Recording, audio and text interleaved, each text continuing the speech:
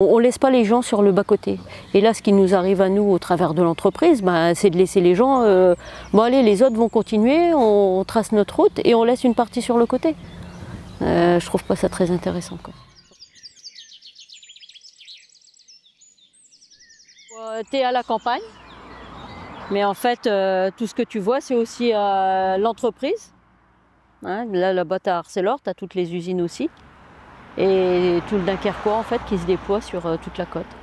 Moi je suis informaticienne à ArcelorMittal depuis ça fera 23 ans cette année. Aujourd'hui c'est énormément de tâches qui sont déjà parties sur des plateformes indiennes avec des prestataires qui sont proprement indiens comme Infosys et tout ça. Donc en fait on connaît déjà une partie en délocalisation. Tu as une partie informaticiens qui sont toujours en place. Mais voilà, avec un impact qui a déjà un impact sur l'informatique qui est déjà là depuis 5 ans en fait. Quand en fait ici l'utilisateur ArcelorMittal téléphone, c'est un service desk, c'est un service d'assistance informatique. C'est un niveau 0 en fait de compétences pour prendre tous les appels et essayer de résoudre. Il avait été mis en Inde, il est parti en Pologne, il revient. Bon, en fait, tu te rends compte que on passe d'un pays à l'autre parce qu'en fait, mais je ne sais pas s'il y a un réel résultat.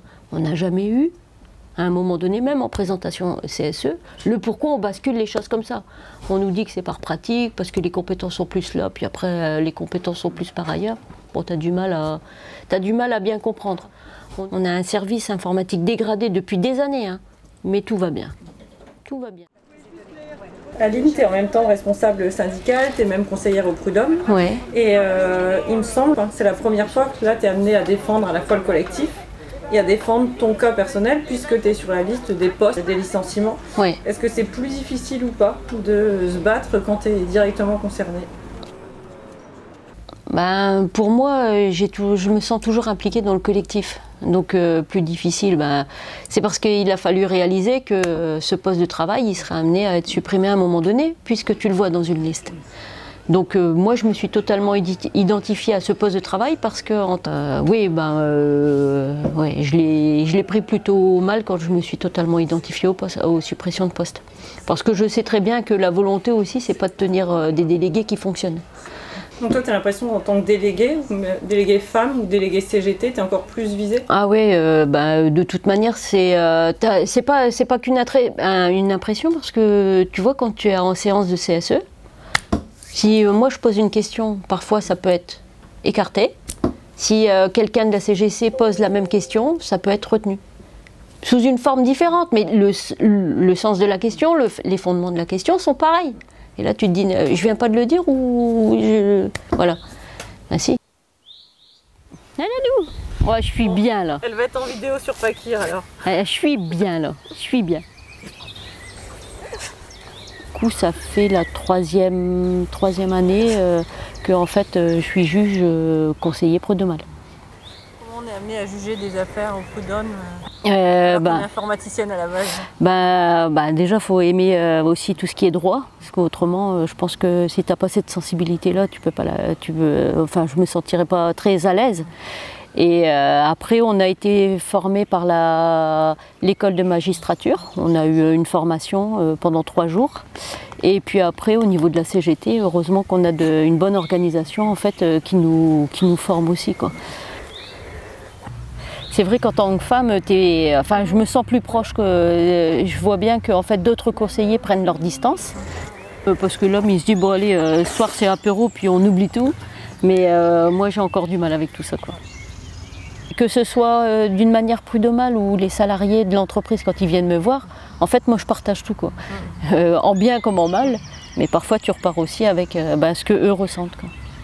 Étant jeune, j'ai toujours été plutôt du style révolté. Sur ce que j'entendais et qui me semblait pas normal, donc ça fait partie de moi-même, quoi. Après syndicaliste, ça fait bientôt plus de 30 ans que je suis syndicaliste, donc maintenant 30 ans. Au début c'était un syndicalisme plutôt d'écoute, quoi. Je me suis jamais sentie à l'écart des problèmes de l'entreprise où j'étais, même en étant intérimaire en fait.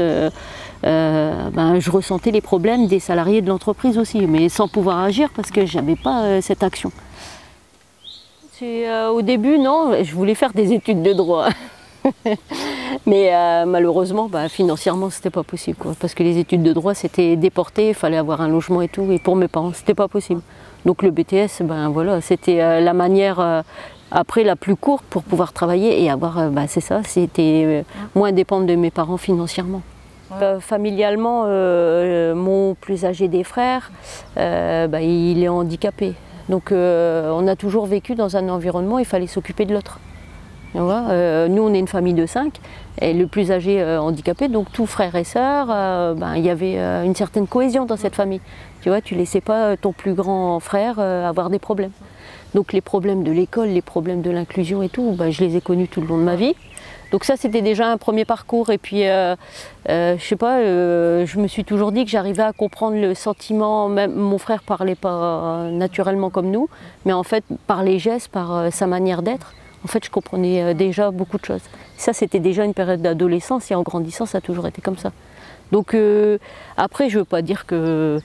si, ça t'amène à réfléchir, mais j'ai envie d'être auprès des autres. Moi, je ne vis pas ma vie toute seule, quoi.